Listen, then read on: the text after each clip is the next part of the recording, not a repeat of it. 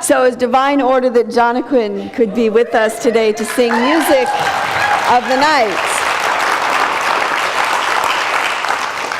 And I wanted to call this song in for us this morning because we are standing at a crossroads, as we do 4 times a year. Yesterday was the autumn equinox. And right now we're in a place where the days and the nights are equal in length. But as we know, as the weeks go on, we are going to have longer nights and shorter days. That's just the way it is. And so there's this blessing that exists when we honor the seasons and we go, okay, so the seasons aren't just happening independent of us, but they're also a part of our spiritual growth and our spiritual development. So as we begin to move into this place of the days becoming shorter and the nights becoming longer, I'm going to invite you to fall back inside of yourself, to fall back inside and to welcome this season and to welcome this experience. This is a time when everything in nature slows down and the sun's power wanes. Animals move to winter locations, the birds start to fly south, and internal structures are strengthened in preparation for the season of sleep and renewal that lies ahead. So when we are at an equinox or a solstice, we're standing at a cardinal point, and we can initiate energy to move forward into what is it we want to call in this experience.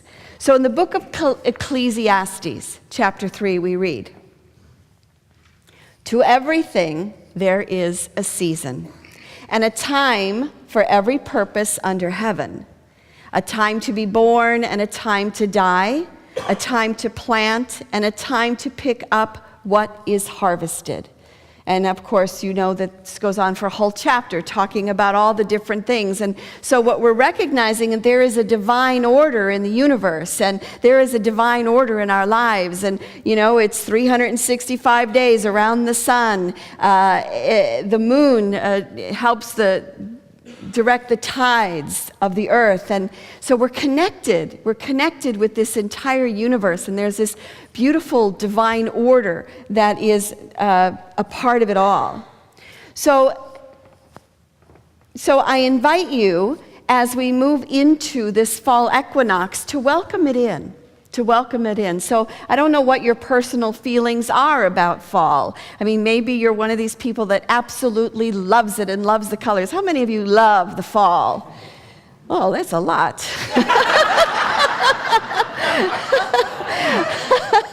How many of you don't like the fall so much? Oh, just a few of us. I don't know why, but when I see the leaves start to fall, it just makes me feel sad, you know, and I don't know what that is. And I was actually surprised to hear people go, "I love the fall and I love the colors." And I'm like, really? So there's more of you than I thought. You know, throughout the ages, there have been stories that we've used to describe this whole process of seasons and of winter. And I think one of the most popular stories is the story of Persephone and Demeter. And Demeter is the goddess of the harvest. She's the goddess of corn. She's the mother. And her daughter Persephone is just kind of cruising around one day. She's a maiden. She's just sniffing the flowers and having a good time. And all of a sudden, the earth opens up, and Hades drags her down into the underworld where she is captured and where she's kidnapped and where she stays. And Demeter, in her grief of losing her daughter, goes within herself in her grief. And because she is the goddess of the corn and the goddess of the harvest, everything ceases to grow because of her grief. Everything stops, and it's cold and it's barren. And Zeus, the god, you know, who's like, hey, what's happening there? What's going on? He intervenes so that she can get her daughter back from the underworld. And so as she is being released back out into earth, she's being asked, so I hope you didn't eat anything while you were down there. You didn't eat anything while you were there, did you? And she said, well, no, not really. I just ate a few pomegranate seeds.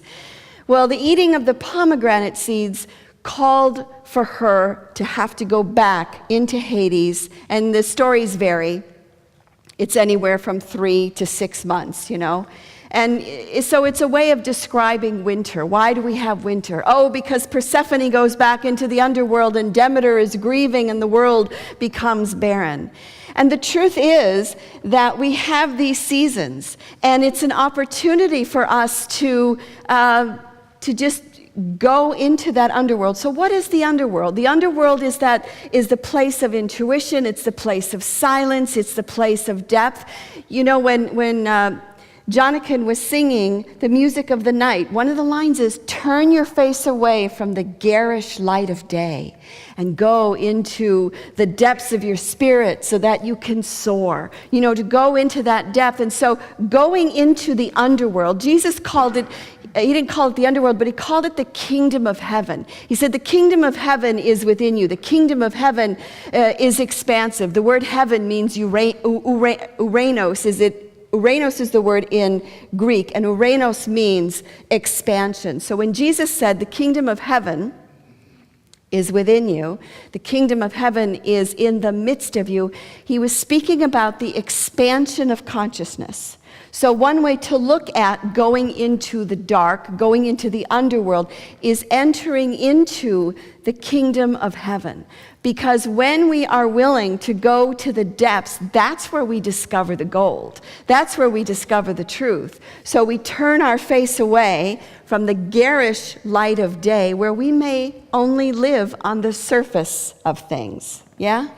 Where we don't want to really look at what's happening in our lives and what's going on. But when we go deep within and call that shadow forth and call the gold, that's where we hit the depths. I love what Gibran said when he was speaking about love. He said, if love finds you worthy, then follow him. Though the sword that is hidden among his pinions may wound you, follow him, go with him. And if you are to run from love's threshing floor, and if you're not willing to cry all of your tears and to feel all of your pain, then just don't even step into the realm of love. So I think what I'm hearing in the music of the night, what I'm hearing about this coming season, is to call it in and to embrace it and to bring it as part of our spiritual practice.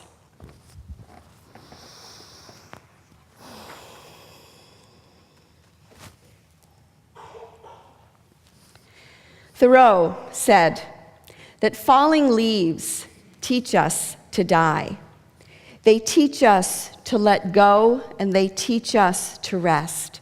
Last week, we participated in a Rosh Hashanah ritual where I asked you to think about your regrets and perhaps anyone that you may have harmed, and to put that into, we had our tortillas, our bread, and we put that in there. And by the way, I did go out and feed it I went to a bridge and fed the ducks, and what happened was there were ducks on one side of the river and up, so it's sort of like this aisle here, plus they were along the side, and they all came in from the side, and then from the front and behind me came hundreds of ducks flying in, and you could hear as we were feeding the bread that we collected last week, that we put in, all of our regrets and things. So they're healthy ducks, they're fine. They can transform it, I'm sure. Of course, it was after that I saw the sign that said, "Don't feed the ducks." Especially said, "Don't feed them bread." It's like feeding them junk food. And I thought, well, it's a holiday, so,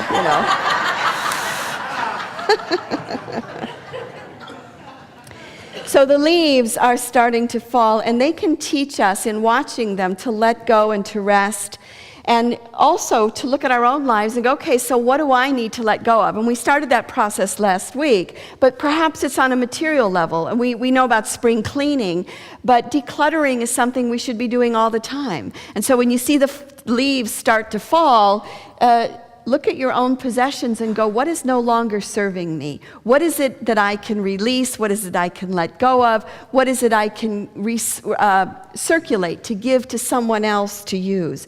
Because then we make room and we create space. I read an article in the New York Times this morning or actually it was in the New Yorker, that talked about there's a trend to release possessions and to live more simply and smaller. And in fact, people are selling their big houses. And this one couple lived in a 1,500 square foot house in the Blue Ridge Mountains. And they have 2 kids, a dog and a cat, and they moved into a 168 square foot cabin in the Blue Ridge Mountains. Now, they also have a half acre of land, and there was the article just went through one person after another that decided to downsize and just to live in a very small space and to let go of all of their possessions. And one woman said, you know what? I get to use my finest china every day, because before it was in the cabinet and was off in the room, and I used it on, holidays, but now I use it all the time. And what they're finding is that people are being freed up from their mortgage payments, and so they're no longer having to work to pay the bank, but they can be a little bit more creative about what they want to do with their lives. A man by the name of Hari Berzin said that living mortgage-free has given us the freedom to make decisions based on what will make us happy, not what we have to do to pay the mortgage.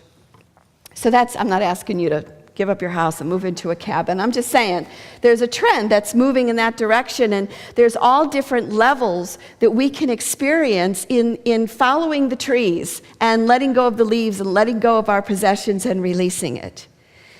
The other piece of this season is the harvest, which is beginning to come in.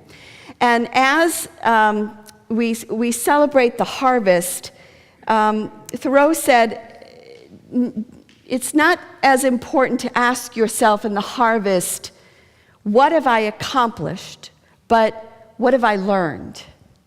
What have been the lessons that have been brought to me this year? That is part of the harvest. And as the falling leaves settle on the soil, they nurture it. They nurture the soil. And Thoreau said, so too the harvest of thoughts from one generation continues to nourish future generations. So think about that. So you see the leaves falling, and if you don't pick them up, they're still there, and they kind of nurture the soil. They kind of get it ready for the winter and for later in the spring. And as Thoreau said, if you think about the leaves nurturing the soil from your ancestors, right? And that as you harvest your thoughts, in a sense, then they begin to create that nurturance for future generations. So last week I touched on just a little bit on our building, and I want to just say a little piece and how that fits with this, and then we're going to move more into the personal.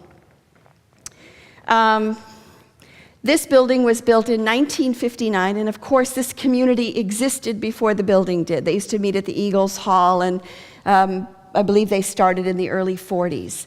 This building was built as a Unity Church in 1959, and it was the leadership was Donald and Dorothy O'Connor at the time. She is now Dorothy Pearson.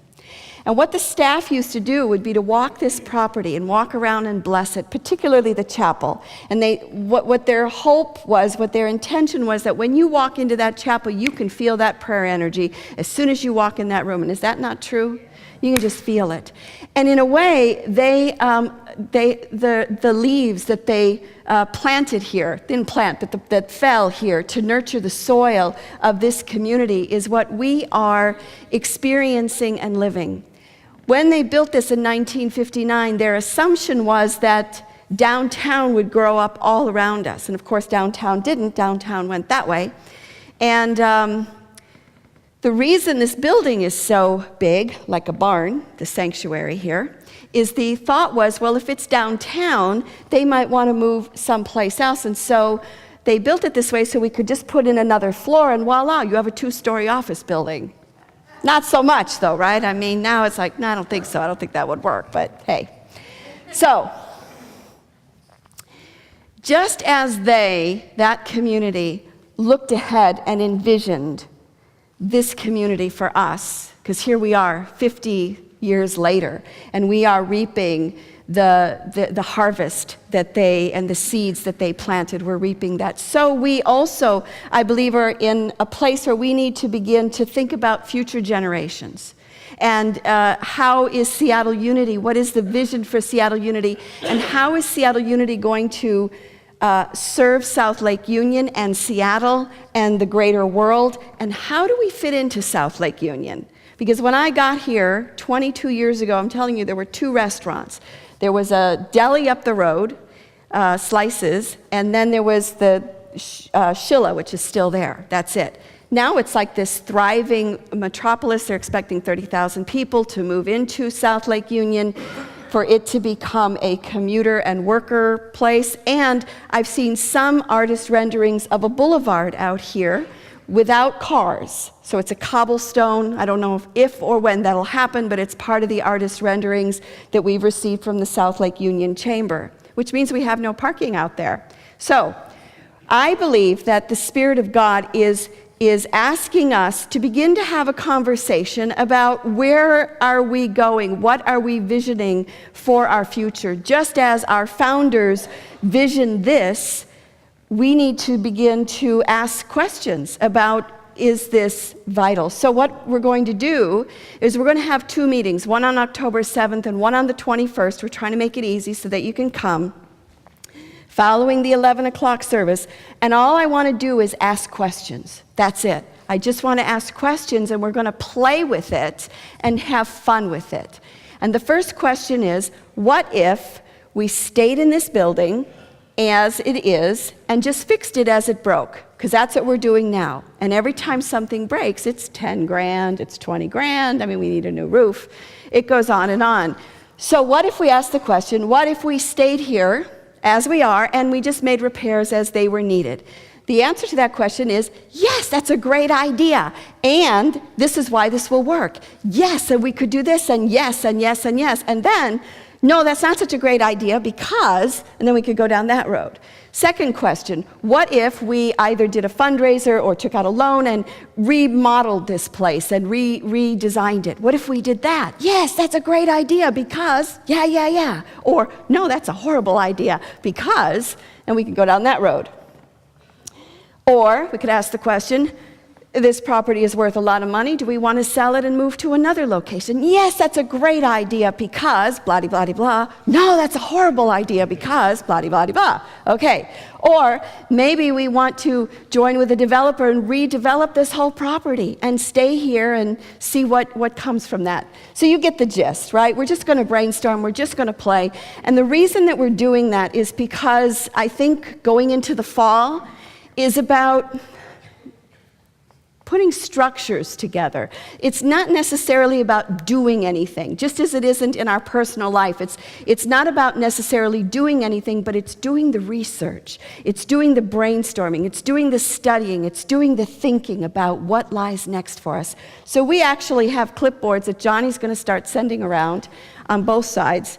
And we would like you to sign up if you're planning on coming so that we know how many people to prepare for. So I believe that there is a divine plan for Seattle Unity, and that divine plan is being revealed through the community. Not through any 1 or 2 people, but through the entire community, that God's voice is heard through every single one of us, whether you've been coming here for 50 years or whether you've been coming here for, 5 minutes. The Spirit of God speaks through this entire community. So that said, I want to bring this down to a more personal level for each of us. So this is also the beginning of Thanksgiving. It's also the beginning of the season of contemplation. And again, it's not about what one has achieved, but what one has learned. I think it's no accident that schools start in the fall and people start to get serious about, learning something new or studying.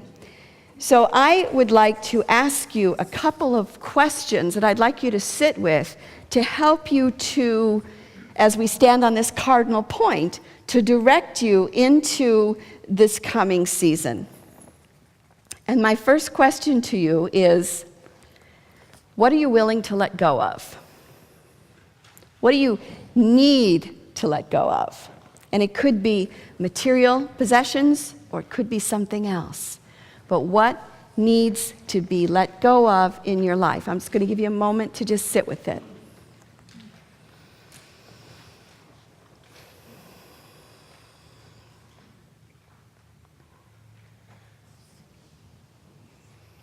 The trees are dropping their leaves.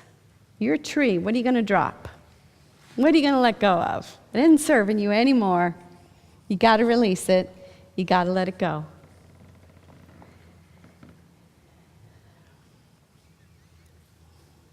And my next question to you is, as we look at the harvest, it's not what you have achieved this year, but rather, what have you learned?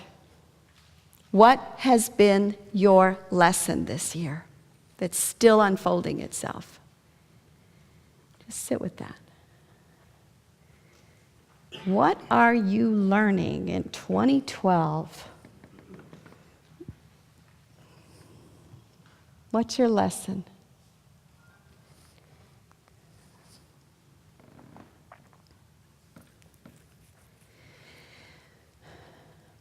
And I imagine a conversation between Persephone and Demeter as she's getting ready to go into the underworld. You know, she's been skipping around in the sun there for a while. And imagine the conversation and what do you pack? You know, when you're heading back to Hades, you're heading into the underworld, you're heading into the kingdom of heaven. What do you put in your bag to take with you on that journey? And so we are heading into the underworld in a sense. So what would make this journey richer for you? What do you need to put in your bag? Or take, well, that's a different question, taking out. But what do you need to pack? What do you need to put in your bag that would make your journey richer?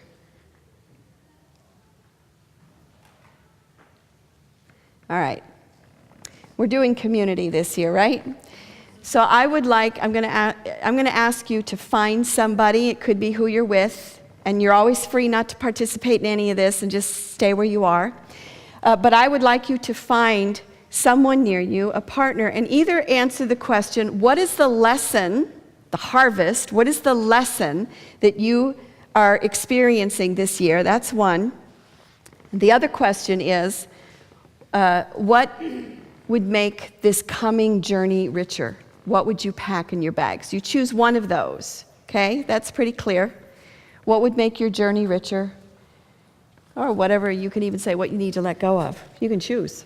So I'd like you to find a partner now and just share that. And if you don't have anybody near you and you want a partner, you need to raise your hand so I can help you. I'm going to give you only 2 minutes.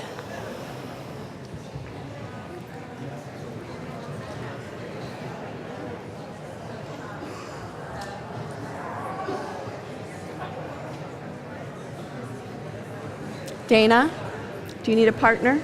You have a partner.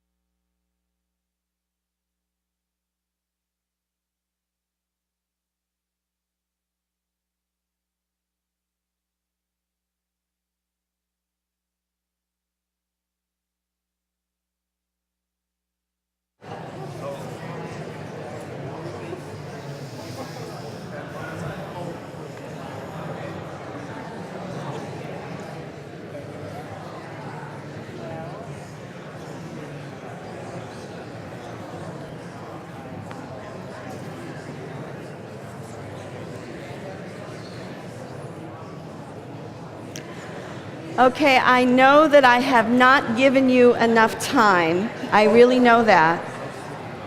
And I would like you to continue this conversation after the service. So if you would mark the person, remember the person that you're talking with, and if you will continue this conversation after the service ends, because otherwise we'd go another 10 minutes, which is, that's good. But so I would like to hear from the group, what are some of the things that you need to let go of to move into the next year? Just shout it out. What are the things you need to let go of? Clutter. Anger. Control. Negative thoughts. What is it? Self-acceptance. What? Oh. Anybody else have that problem? Yeah. And what would make your journey richer? What do you need to call in? Laughter. Sweetness. Laughter, sweetness, friendship. Love. Spiritual guidance. Mindfulness. Joy. Forgiveness.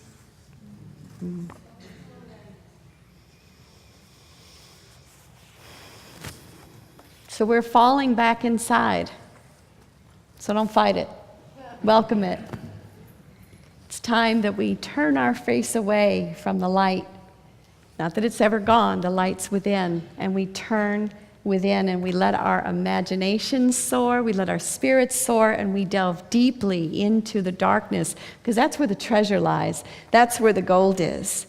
So we pack our bag for this journey to the kingdom of God within, knowing that this season supports us as we enter into this journey. Because to everything there is a season and a time for every purpose under heaven. A time to be born, a time to die, a time to plant, and a time to pick up what is harvested.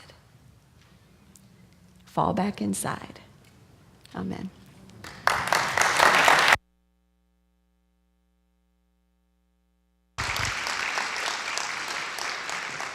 Thank you, Carrie.